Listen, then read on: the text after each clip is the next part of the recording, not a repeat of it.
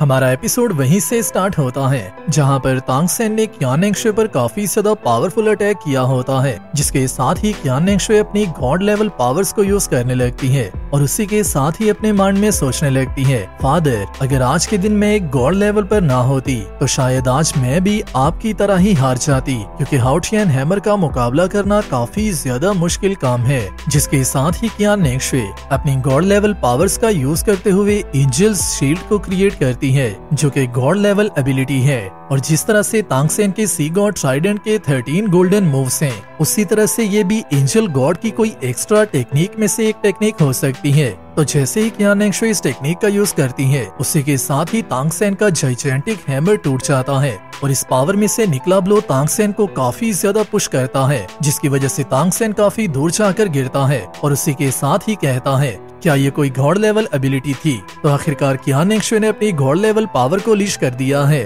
और गॉड्स और ह्यूमंस के दरमियान जो गैप होता है और जो बॉर्डर होता है, मैंने तो अभी तक उससे क्रॉस भी नहीं किया, तो फिर मैं क्यान नेंगशुई के साथ अभी के बाद कैसे फाइट करने वाला हूँ। जिसके साथ ही हम देखते हैं क्यान नेंगशुई को, जो कि जैसे ही तांग सेन के सामने दोबारा से आती है तो आते ही तांग सेन से कहती है, तांग सेन, तुम सच में काफी ज्यादा एडमायरेबल ओपोनेंट हो, जिसके लिए मेरी रिस्पेक्ट और भी ज्यादा बढ़ चुकी है। मगर तुम्हारी रिस्पेक्ट अपनी जगह, तुम मेरे से ये गेम नहीं जीत सकते, क्योंकि मैं एक गॉड हूँ और गॉड्स इनविजिबल होते हैं, इंसान उनका मुकाबला नहीं कर सकते। और यहाँ पर आल्सो क्यान नेंगशुई दोबारा से तांग सेन को इस फाइट को कंटिन्यू ना करने के लिए वार्न कर रही होती है, क्योंकि क्यान नेंगशुई तांग सेन को ज्यादा चोट नहीं पहुँचाना चाहती। जिसके पीछे की रीजन क्या है वो आप लोग शॉर्ट्स के चैनल पर देख सकते हो, क्योंकि मैंने क्यान नेंगशुई के तांग सेन को लेकर अफेक्शन के लिए वीडियो वहां पर अपलोड कर दी है, जिसको मैंने 2 पार्ट्स में डिवाइड किया है। जिसके साथ ही हम देखते हैं तांग सेन को, जो कि कहता है, मैं अपनी स्पिरिचुअल पावर का यूज करते हुए क्यान नेंगशुई का मुकाबला नहीं कर सकता,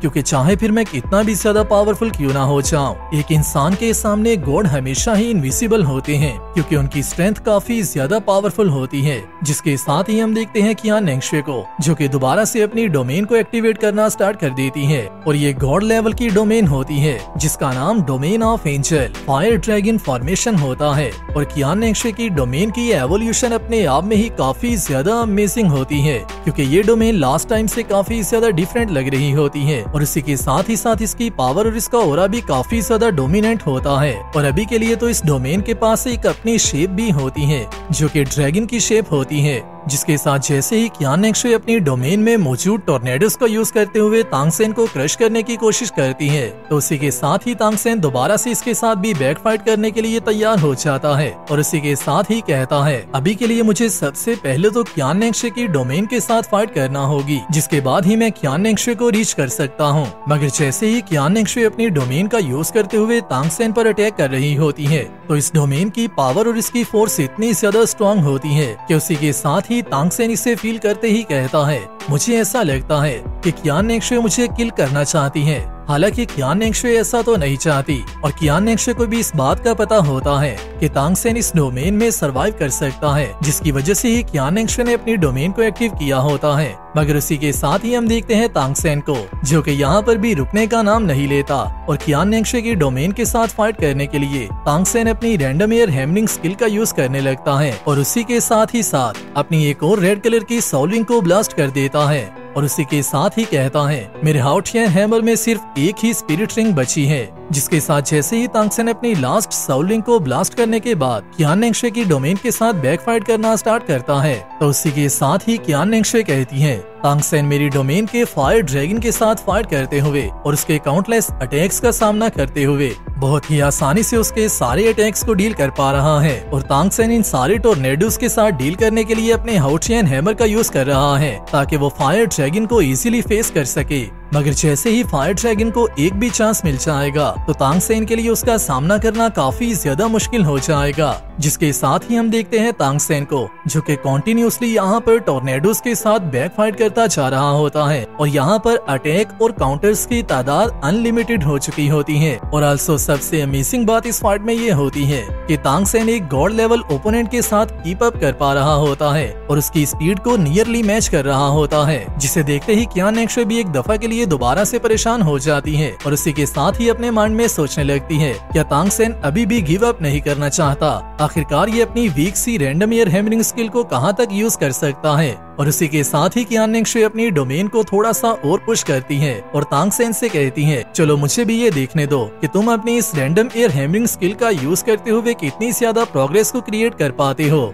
मगर कियान नेंगशुई के अपनी डोमेन को पुश करने तक तांगसेन ने अपनी 81 स्ट्राइक्स को कंप्लीट कर लिया होता है, जिसके साथ ही तांगसेन ऑल 81 हिट्स को एक ही हिट में कंबाइन करने के बाद रैंडम एयर हैमरिंग स्किल की 81 स्ट्राइक को यूज करता है, जो कि काफी ज्यादा पावरफुल मूव है। और जैसे ही तांगसेन इसका यूज करते हुए कियान नेंगशुई की डोमेन पर अटैक करता है, तो वो कियान नेंगशुई की डोमेन को डिस्ट्रॉय करने में कामयाब हो जाता है। मगर ऐसा करने में तांगसेन की अपनी भी काफी ज्यादा पावर एग्जॉस्ट हो चुकी होती है, जिसकी वजह से तांगसेन भी नीचे जमीन पर गिर जाता है। और उसी के साथ ही तांगसेन उठते ही कहता है, मैंने इतनी कोशिश करने के बाद आखिरकार एक गॉड लेवल डोमेन को तो तोड़ लिया है और उसका ब्रेक थ्रू कर लिया है, जो करने के बारे में मैंने कभी भी नहीं था सोचा, क्योंकि किसी भी गॉड लेवल ओपोनेंट को डिफीट करना काफी ज्यादा मुश्किल काम है। जिसके साथ ही तांगसेन कियान नेंगशुई से कहता है, मैं जैसे ही अपनी रैंडम एयर हैमरिंग स्किल को यूज कर रहा था, तो तुमने भी ऐसा नहीं सोचा होगा। जब तक मैंने अपने लास्ट मूव को यूज नहीं किया, तब तक तुमने इस बात का अंदाजा भी नहीं लगाया होगा कि मैं अपने हैमर का यूज करते हुए ऐसा भी कुछ कर सकता हूँ।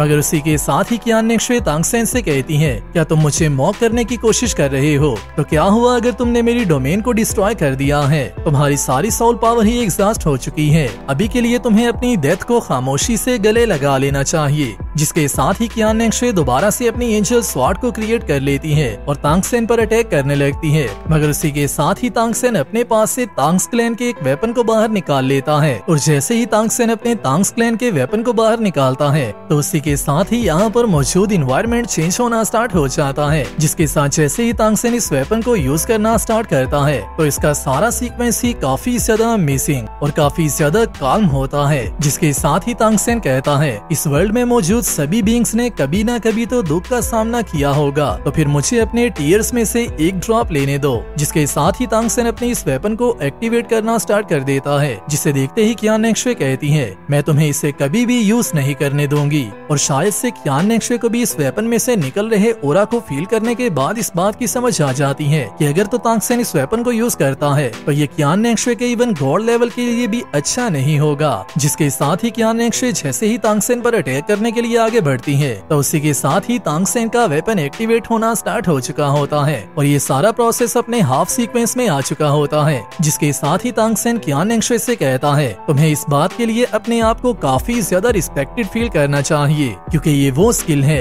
जिससे कि मैं जब का इस वर्ल्ड में आया हूँ तो पहली मर्तबा यूज करने लगा हूँ। और इस अटैक के सामने तुम्हें अपने आप को डिफेंड करने की कोई भी जरूरत नहीं है, क्योंकि मेरे इस वेपन का अटैक कभी भी फेल नहीं होता। जो सुनते ही कियान नेंगशुई काफी ज्यादा परेशान हो जाती है और उसे किसी बात की समझ भी नहीं आ रही होती। जिसके साथ जैसे ही कियान नेंगशुई तांगसेन पर अटैक करने के लिए आगे बढ़ती है, तो उसी के साथ ही तांगसेन फाइनली इस वेपन के अटैक को यूज करता है, जिसका नाम बुद्धास टीयर्स होता है। और इसी के साथ ही हम तांगसेन की बैक पर बुद्धा के एक व्यू को भी देखते हैं, जो कि आल्सो इस वेपन की पावर और इसकी माइट को डिफाइन कर रहा होता है। जिसका मतलब ये है कि ये वेपन भी एक गॉड लेवल या फिर काफी ज्यादा माइटी वेपन है। और जैसे ही तांगसेन इस वेपन को यूज करता है, तो यहाँ पर तांगसेन का कैरेक्टर आल्सो काफी ज्यादा माइटी दिख रहा होता है। और इसी के साथ ही एक गॉड को बुद्धा अपने हाथों में कंट्रोल कर रहे होते हैं, जो कि सच में काफी ज्यादा अमेजिंग व्यू था। और सिंपल इस एक व्यू में बुद्धा की पावर की टोटल डेफिनेशन थी।